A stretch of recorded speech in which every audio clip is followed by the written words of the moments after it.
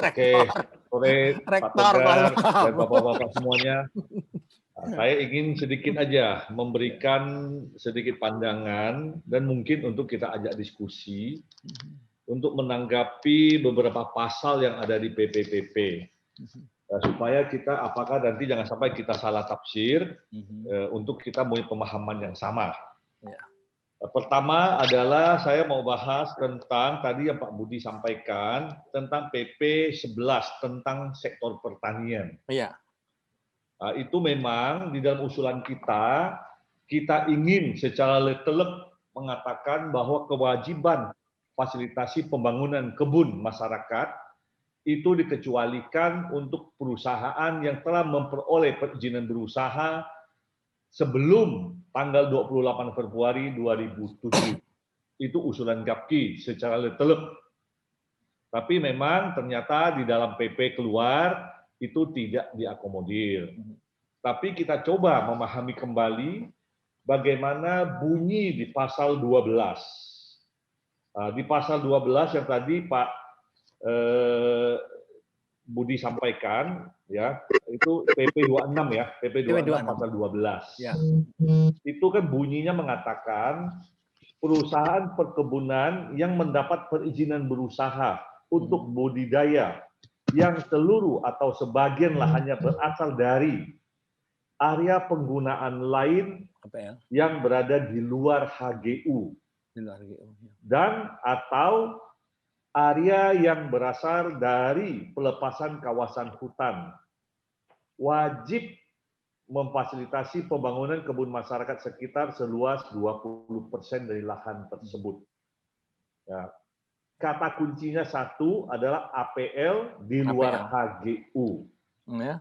Kedua, dari area yang dilepaskan dari kawasan hutan. Kemudian kita baca lagi ayat 2-nya. Fasilitasi pembangunan kebun masyarakat sekitar sebagaimana dimaksud pada ayat 1 dilaksanakan paling lambat 3 tahun sejak lahan yang untuk usaha perkebunan diberikan HGU. Nah, penafsiran saya, mungkin bapak-bapak semua kita coba cermati, menurut saya pasal 12 ini sudah mengakomodir yang dimaksud dengan nama grandfather clause. Karena disebutkan area penggunaan lain di luar HGU. Artinya HGU yang lama tidak kewajiban. Berarti hanya terkena kewajiban terhadap permohonan HGU baru. Dan yang belum punya ya harus diselesaikan dalam 3 tahun ini. Kalau nggak ada dikenakan sanksi. Dan yang dilepaskan dari kawasan hutan sesudah UU-CK ini. Artinya yang sebelumnya nggak berlaku. Ya. Ini mungkin yang perlu menjadi catatan untuk kita bahas bersama. Apakah benar demikian, Pak? Nah, ini tentu menjadi satu hal supaya kita tidak salah tafsir. Ya. Ini menurut saya cukup jelas. Ya, kita bahas. Memang kita ingin supaya nggak berdebat. Sebenarnya kata-kata dikecualikan seperti yang kita usulkan. Ya. Karena letelep jelas. Ini kan menjadi penafsiran bisa multitafsir. Ya. Nah, kemudian kedua, ya tentu saya mau masuk kepada PP nomor 23 tentang kehutanan. Nah, saya cuma hanya mungkin Pak, saking banyaknya pasal Pak Budi, sudah dirombak banyak sehingga kita belum baca sampai habis, ada tertinggal. Jadi saya ada mau koreksi sedikit ke Pak Budi tadi, ada usulan dari kita supaya PP tentang tukar menukar kawasan hutan PP 104 dan PP 60 yang sudah diproses tetap berjalan sesuai dengan yang sudah dilakukan. Nah, tadi Bapak mengatakan tidak diakomodir. Sesudah saya baca lagi ternyata diakomodir Pak. Di pasal di 295. Memang lari pasarnya Pak. Lari. Itu masalahnya itu Pak. Ada di sana letak disebutkan bahwa semua proses pelepasan kawasan hutan, proses tukar menukar sesuai dengan PP 60, sesuai dengan PP 104 yang sudah berjalan tetap berjalan dan disesuaikan dengan ketentuan dalam PP ini. Nah, itu saja Pak, saya mau kasih koreksi. Ya. Tapi memang tetap menarik apa yang menjadi pembahasan Prof. Budi. Ya, kembali ya ada menjadi sedikit benang merahnya yang menjadi permasalahan adalah menggunakan frase kawasan hutan yang ditunjuk. Ya, itu yang akan menjadi permasalahan yang cukup rumit. Ya, apabila memang frase itu tidak digunakan, tapi menggunakan kawasan hutan yang ditetapkan atau dikukuhkan, mungkin masalah kita akan lebih sederhana. Nah, karena kalau ditunjuk seperti tadi Pak siapa yang sampaikan, itu sudah mulai tahun 82. Betul. Artinya semua yang sebelum 82 saja yang bisa lolos. Sesudah 82 ya akan terkena. Padahal 82 itu belum ada Undang-Undang 41. Undang-Undang 41 99. Ini kan menarik ke belakang. Ya, memang ini hal yang perlu kita kritisi, yang perlu kita sampaikan ke Kementerian KLHK. Nah, yang lain-lain saya rasa apa yang disampaikan Pak Edi ya memang ada kemajuan lah. Ya, kita juga harus melihat dulu proses tukar menukar yang begitu sulit sekarang disederhanakan. Ya.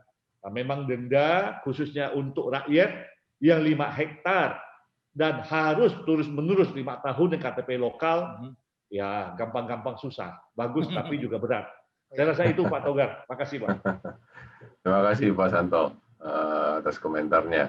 Ya silakan Prof kalau mau ditanggapin langsung. Ya, saya kira ketua kelas luar biasa. Ketua kelas belajar lagi Pak, duluan dia belajar. Ya, ketua kelas yang baik. Gitu. Luar biasa, selalu memberikan inspirasi baru. Terima kasih Pak Santo atas pendalamannya itu. Dan memang kita tidak terlalu sabar melihat karena dia tadi Pak, kadang-kadang lokasinya lari gitu loh Pak. Gitu. Itu yang jadi masalah gitu. Kita yakin Pak Santo jangan-jangan masih banyak hal yang saya komen tadi tidak terlalu pas. Barangkali begitu, ya. Itu barangkali dan again sekali lagi kita harus baca lagi, pahami lagi ya kira-kira konsekuensinya kayak apa. Jadi Pak Santo itu gini Pak Togar, paradigmanya. Kita baca. Habis itu kita pikir dampaknya gitu Pak Santo ya. Dampaknya apa? So what gitu loh bahasa sekarang itu. Kalau kayak gitu so what gitu loh gitu. Dampak itu yang harus kita coba kita respon begitu. Saya kira ini pola pikir yang baik ya. Dan saya kira kita terus-menerus baca Pak Santo RPP yang ada itu kita coba baca, kita diskusikan kembali atau sesama diri sendiri paling tidak sehingga akan timbul kesimpulan-kesimpulan yang lebih bernas. Dan kalau ada poin-poin yang memang perlu dipertanyakan, yang kita tanya Pak Santo. Oleh karena saya selalu usul, mari kita komunikasi dengan kementerian-kementerian terkait. Agar yang pertama, bisa mendapatkan pemahaman yang lebih mendalam. Nomor kedua, ya kita kalau ada sesuatu yang kira-kira nggak pas, bisa kita sampaikan. Barangkali itu Pak Togar. Terima kasih. Terima kasih Pak Prof dan Pak Budi. Ya, saya buka termin yang lain. Izin, Bang. Sudah pasti tuh. Perbadah.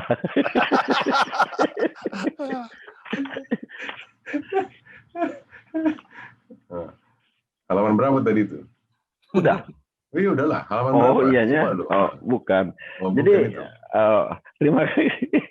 terima kasih Prof. Budi. Siap. Luar biasa memang pemahaman kami hari demi hari semakin bertambah. Jadi kalau ketua kelas tadi mengatakan memang banyak yang terlewatkan, bagaimana lagi dengan kami petani Pak Santo? Lebih banyak lagi yang terlewat. Aku ketua kelas saja banyak lewat. Kami gimana ya aku pikir.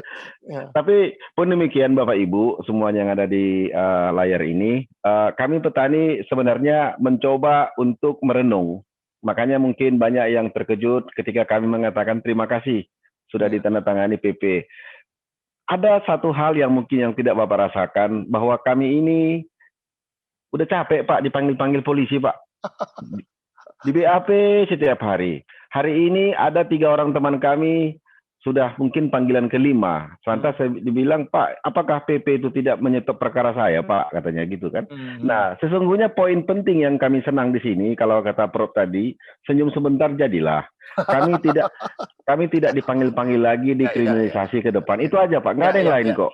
nggak ada yang lain. Nah, makanya di dalam berita itu ataupun konferensi pers kami itu jelas bahwa sebenarnya kalau kami bilang masih cukup banyak yang belum clear and clean, masih menggantung. Kalau istilah Pak Abdul Aziz Gatra, ular tangga, benar. Ini persis perumpamannya ini. Nah, jadi yang pertama mungkin kami sampaikan itu masalah STDB, Pak. Ya. Mungkin bagi kami STDB, usul kami kemarin disuruh IUP, Pak Santo. Kami protes, kita surati Presiden, akhirnya dirubah. Tapi sama aja, dikasih STDB, tapi ekornya dipegang. STDB itu diakui sebagai izin, ya, ketika STDB itu muncul ketika dia membuka tanah atau berkebun. Loh, STDB kan Prof, juknisnya kan muncul 2018. Ya, ya. 2013 itu hanya peraturannya saja, tapi nggak ada tangganya. Jadi sama saja. Loh, bagaimana dengan teman-teman yang berkebun sebelum 2018? Contoh saya sendiri. Saya menanam tahun 2011, Pak. Nggak ada STDB diwajib, Pak. Lantas saya urus STDB saya.